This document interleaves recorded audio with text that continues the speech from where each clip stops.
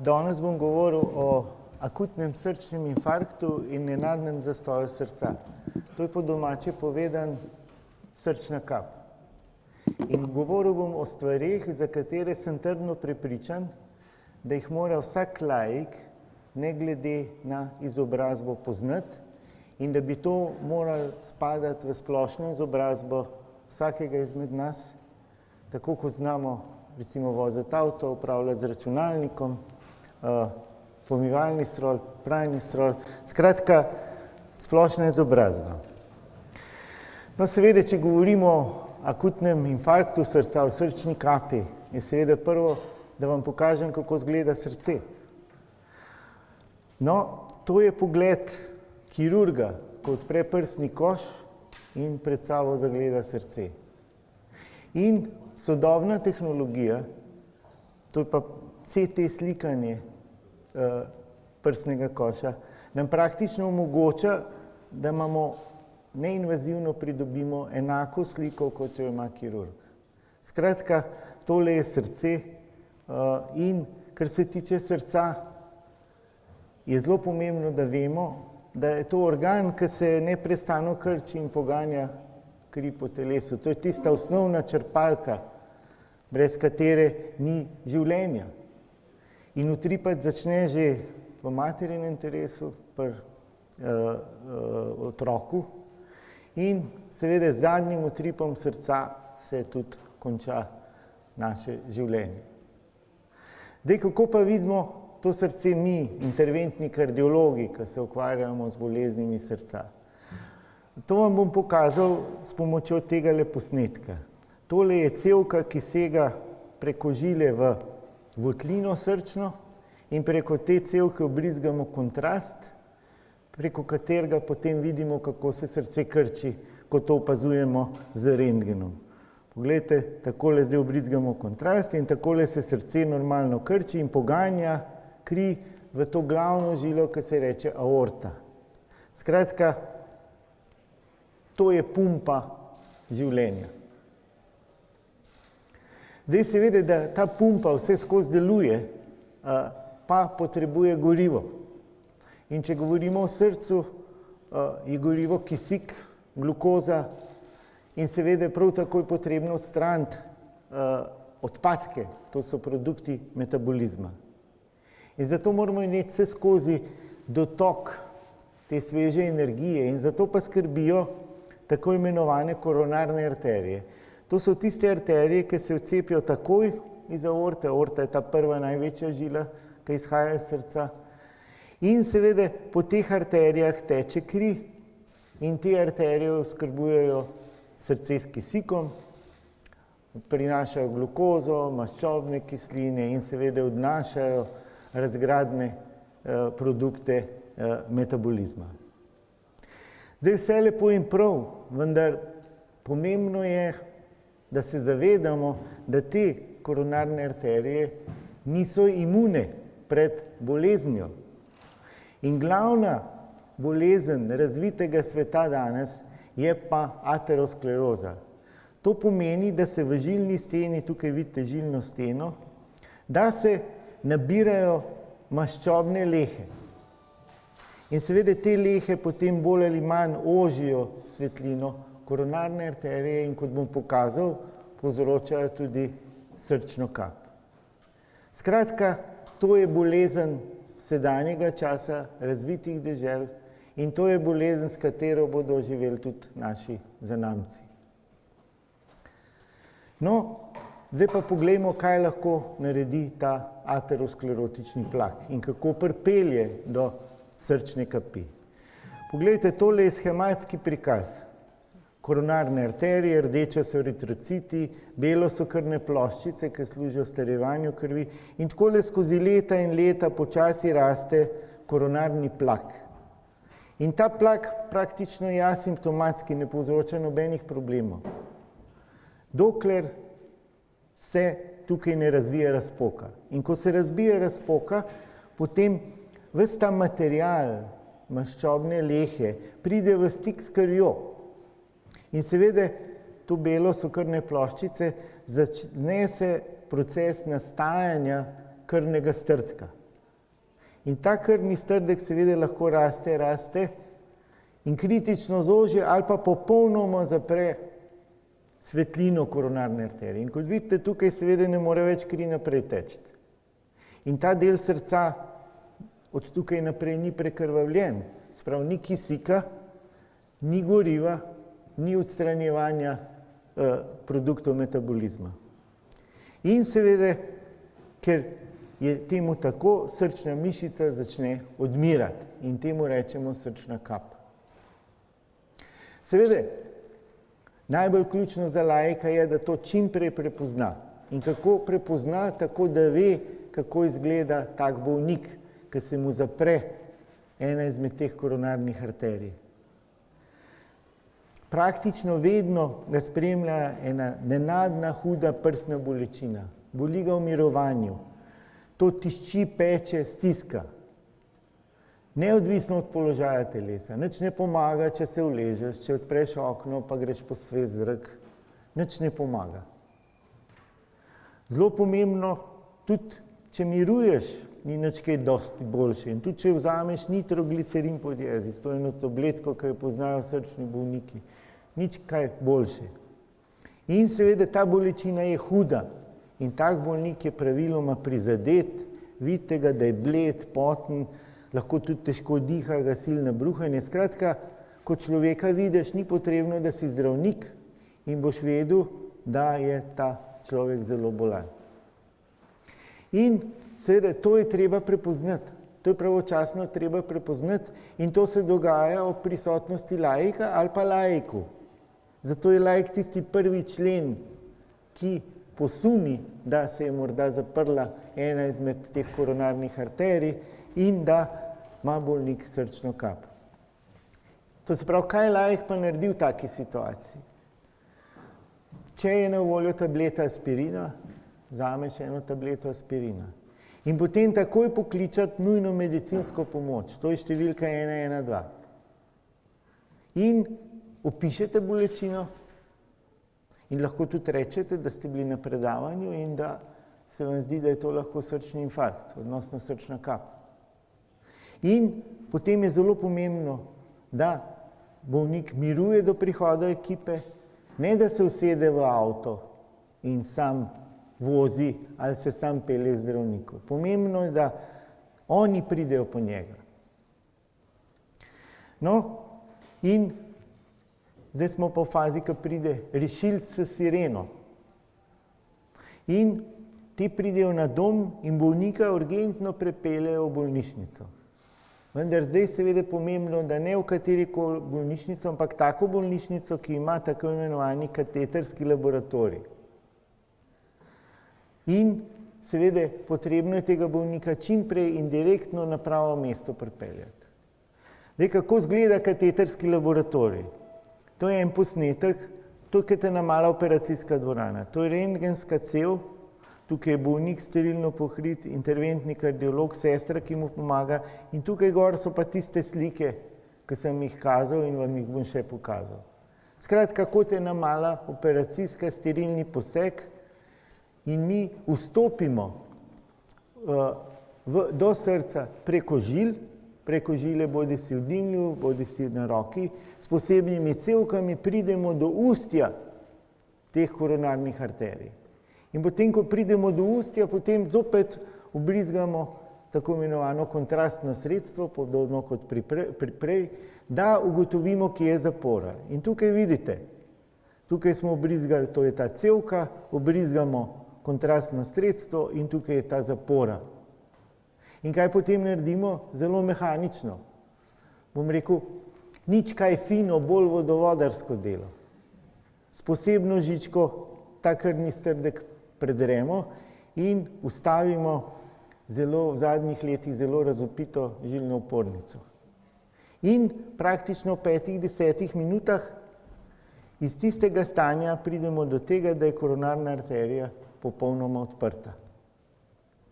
In seveda s tem prekinemo razvoj srčne kapi, ker zdaj pa pride kisik, pridejo hranljive snovi, odstranijo se produkti metabolizma in ta proces propadanja srčne mišice zaradi zapore te koronarne arterije se konča. Vendar pomembno je tukaj čas je mišica. Čim prej to naredimo, več bo mišice ostalo. Zelo logično. Prej odprta arterija, manjša škoda na srcu, večja verjetnost preživetja bolnika in seveda tudi večja verjetnost, da bo bolj kvalitetno živel, ker bo škoda na srčni mišici manjša.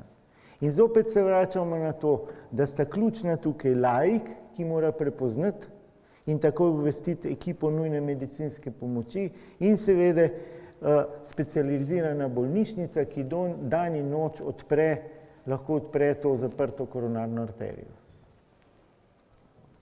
Seveda potem bolnik naslednje jutro, čez kak dan, ko prideš na vizito, te vpraša, reče, no, a zdaj sem pa zdrav, sem imel srečo. In kaj mi rečemo? Rečemo, ja, ogenj smo zaenkrat pogasili, sam požara pa še ne. Ker osnova je ta bolezen, ta koronarna ateroskleroza, te plaki in na te lahko vplivamo samo s tem, da modificiramo življenjski stil, to je najbolj pomemben ukrep in seveda potem jemljemo tista zdravila, ki jih zdravniki priporočijo. Skratka, če bolnik kadi, mu je potrebno reči, da je pokadil zadnji cigaret. Odnosno, jaz velikokrat zelo kruto rečem, vsak naslednji cigaret je že blič v vašo krsto, ker to je glavni dejavnik tveganja za ponovitev tega infarkta. Potem prehrana, alkohol v zmernih količinah, pri čemer je seveda definicija zmernosti marsikje v Sloveniji problematična. Telesna teža, vzdrževanje idealne telesne teže, redna telesna aktivnost. Skratka, to je tisti temelj modificiranja življenjskega stila, ki zmanjša verjetnost, da se kaj podobnega bolniku ponovno dogodi, ne glede na to, da to bolezen ima. In ta del je še bolj pomemben kot zdravila, ki seveda ravno tako spadajo zraven in jih bo bolnik jemal verjetno do konca življenja. Seveda vedno ne grejo stvari tako gladko. Ta zapora koronarne arterije se lahko zelo, zelo zakomplicira in bolnika neposredno življenjsko ogroža. To pa v primeru, ko pride do nenadnega zastoja srca. Skratka, to je najhujša komplikacija srčnega infarkta. Zdaj bolnika ne samo, da boli in jamra, kako ga boli v prsnem košu, zdaj se bo pa zgodilo sledeče.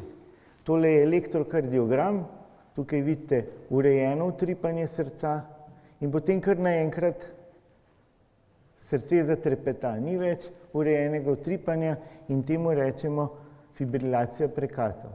Skratka, ta ritem kar naenkrat, kot bi vam računalnik zaštekal, po domače povedano. Ne deluje več. In seveda zopet, kako to izgleda. Zopet se vračamo v kateterski laboratorij, to je ta cevka, preko katere obrizgamo kontrast, da spremljamo krčenje srca.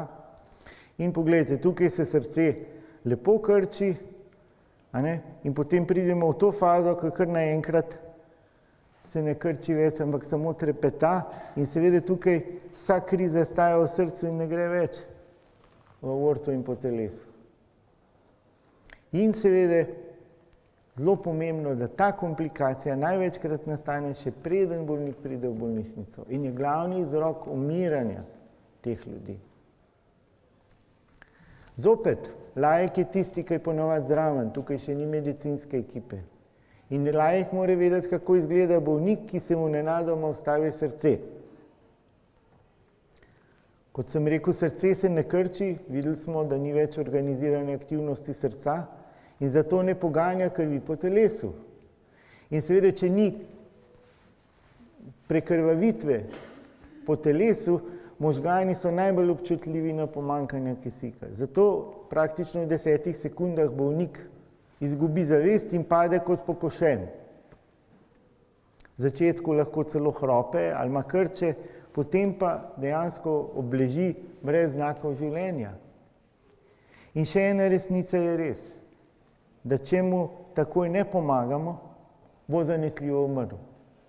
Tukaj ni potrebnih kontroliranih študij, če nič ne narediš, je smrt gotova. Če pravilno ukrepaš, kot bom govoril, in zopet se začne pri laiku, potem bolniku bistveno povečamo verjetnost preživetja. Kakšno pa pravo zdravljenje te fibrilacije, tega neurejenega delovanja srca? Elektrošok, odnosno kot mi strokovno temu rečemo defibrilacija. In zopet, če grem na analogijo in ponazorim to z računalnikom, kot ti za cikla, potem pritisneš tipko reset in potem se nekako spet postavi. In to je približno tako pri srcu. Slaba novica pri tem pa je, da vsako minuto, ko zamujamo, pomeni 10% manj možnosti za preživetje bolnika. Skratka, to se zelo mudi. In seveda elektrošok praktično je zelo redko na voljo neposredno v bolniku, če letanje v bolnišnici že. To se pravi, kaj lahko naredi laik v taki situaciji? Boste rekli, ja, nimamo tega elektrošoka, nič ne moramo narediti. Nasprotno, laik je tisti, ki lahko s pravilnim in pravočasnim ravnanjem reši največ življenj. Več kot mi za zapleteno medicinsko opremo v intenzivnih oddelkih. Skratka, če ste priča temu, takoj telefonski klic nujne medicinske pomoči, kjer razložite, človek je padel dol, je brez zavesti, mislim, da ima zastoj srca. In potem je zelo pomembno, da ne izgubljate niti minute, ampak začnete takoj zunanjo kompresijo, stiski prsnega koša, spodnja tretjina prsnega koša, stiski, da se nekako 5 centimetrov pogreza in glede ritma zapojte si pesem Stayin' Alive. In to je ta ritem. Stayin' alive, stayin' alive, ha, ha, ha. To je ritem masaže srca. In zelo pomembno, ne izgubljajte časa z dihanjem usta na usta. Samo učinkovita zunanja masaža srca. Takole tole zgleda. In da vam pokažem, kako to zgleda, če to spremljamo ultrazvočno na srcu. Poglejte, to je srce, ki ga stiskamo,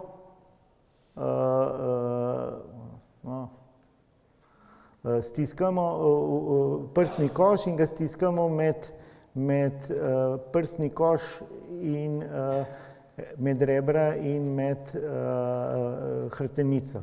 Bomo pred prišli nazaj. Tehnika, vidite, vedno zašteka.